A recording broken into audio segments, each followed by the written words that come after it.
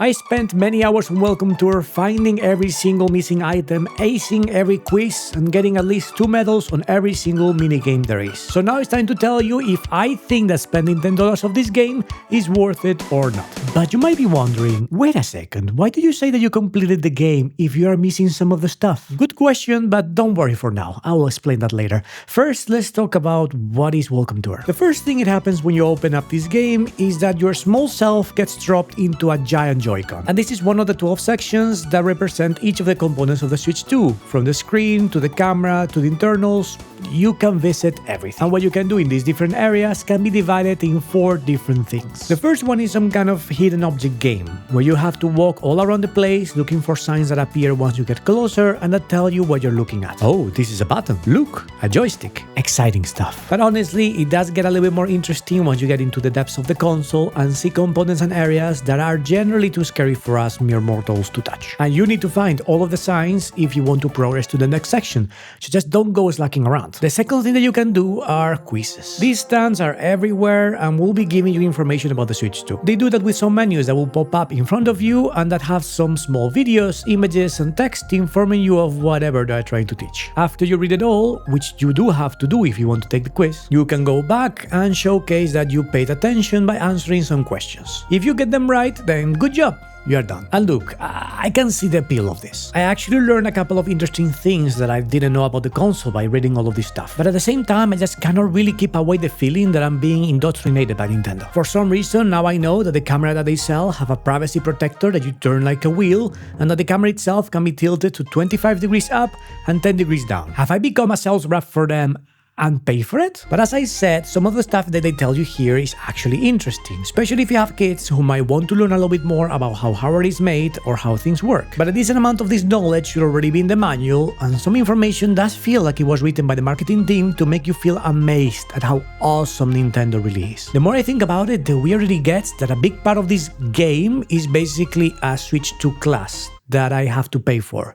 But either way, let's move on. The third type of activity is the tech demos. And I find it hilarious that even they know that they're not really too good, so before you enter, they tell you to lower your expectations. I know what you're thinking, this isn't a game, it's a tech demo, and you are right, but give it a try. At least I appreciate the warning. There are 14 of these tech demos, and you can complete each one of them in around 20 seconds. Some will take a little bit longer, but what is actually the same amongst all of them is that none of them are super interesting. In some, you shake 2 maracas to feel the rumble of the Joy-Cons. In others, you pretend that you're in a motorbike while you feel the rumble of the Joy-Cons. In this one, you say something and the Switch 2 microphone picks it up and repeats it to you. Lots of stuff like this. And to credit where credit is due, some of it can be fun to do, but there is also nothing here that will make me want to come back or that will stay in my mind for more than 10 seconds after I'm done with it. It can be fun and amusing, but that's it. And this leads us to the big reason that a lot of people are gonna buy the Welcome Tour, which is the minigames. And oh boy, the minigames. There are lots of them, which is not too bad, except that I cannot play them all. Why, you ask? Well, because I didn't buy more stuff from Nintendo. In the camera section, for example, there is a minigame about making faces and you need to have a camera for it. To be fair, they do say that a USB camera should work, not just the official Nintendo one. Weirdly enough, I don't really have any webcam just lying around to connect to this console. So basically, I cannot play it. I was already running into some of these limitations when I was recording some of this footage for this video on my monitor. Neither my capture card nor my monitor is 4K or HDR, so some of the minigames and tech demos that ask you to connect your console to a TV, they will not work. If you bought the Switch 2 in order to play handheld and you don't really have a 4K screen on your home, then bad luck, you are not able to play a couple of games. And that's not all, another one requires you to have the Switch 2 Pro controller. In the image it seems that you can use this Joy-Con holder thingy, but that doesn't do anything. And no, the Pro controller from the Switch 1 doesn't work. I tried. So if you really want to see what all of this is about, you'll have to buy the one that is 90 euros. Me. But okay, what about the minigames that I could actually play? Are they any good? Well, the good thing is that almost all of them have different levels, meaning that when you complete the basic level, a variation of the same idea gets unlocked. That's nice. Let's quickly go through each one of them and I'll tell you what I think about them. By the way, just to let you know, most of them require the mouse functionality, so I don't know, bear that in mind. Dodge the spike balls is fine. You have to avoid spikes for as long as possible. During the next levels, you have to do the same, but you're also collecting stars while you try to avoid the spikes.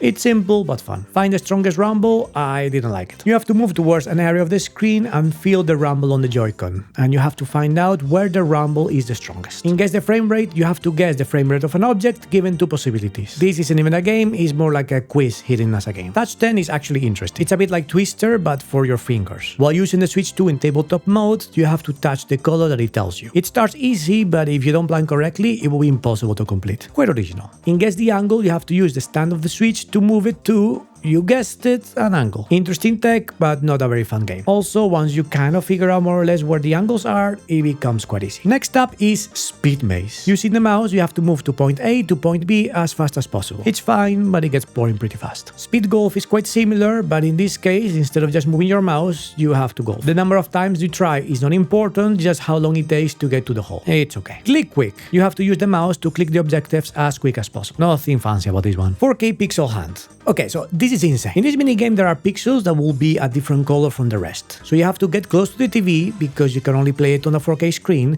and then you have to look around which pixels look weird. Like, what even is this? The best part though, they made the same game but to play on the handheld console, called LCD Pixel Hunt. Crazy that someone thought that this was a good minigame to put in here twice. Facial Impression is the next one, but I cannot play it because I don't have a webcam. Feel the Shape is quite frustrating, but a decent minigame for what it is. You use the Joy-Con as a mouse and have to feel, thanks to the rumble, what is the shape of an image. I'm really bad at it. Then we have Color the Shapes, which the name says it all. You color different shapes as fast as possible. It's okay. This is Balloon Hunt and is somewhat serviceable. You have to shoot some balloons in a 3D environment. It's super basic, but at least you can use both controllers at the same time. Scrape Off is a test on how long you can move your Joy-Con super fast without going crazy. For me, it's 30 seconds. The OpenGL GR thingy, I couldn't play it because I don't have a Pro Controller too. Stunt Driving is cool. You control a car that you can move from side to side, and you can tilt your mouse to also tilt the car. It only has two short maps that are always the same though, but I liked it for a couple of minutes. Then we have Breaststroke, where you use both Joy-Cons at the same time to swim as fast as possible. Kind of cool, but there is only one level and it is a straight line. They could have done a few more variations to make it interesting. And the last one is Slot in the Shapes, where you have to put the shapes in the correct boxes. It's too simple. And that's it. Are all the minigames complete garbage? Not really.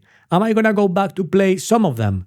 Absolutely not. Most of this stuff reminds me of Flash sites from the early 2000s, where you had hundreds of similar minigames to play for free. There are some neat ideas and fun challenges, but not much else. So overall, what is my opinion on Welcome Tour?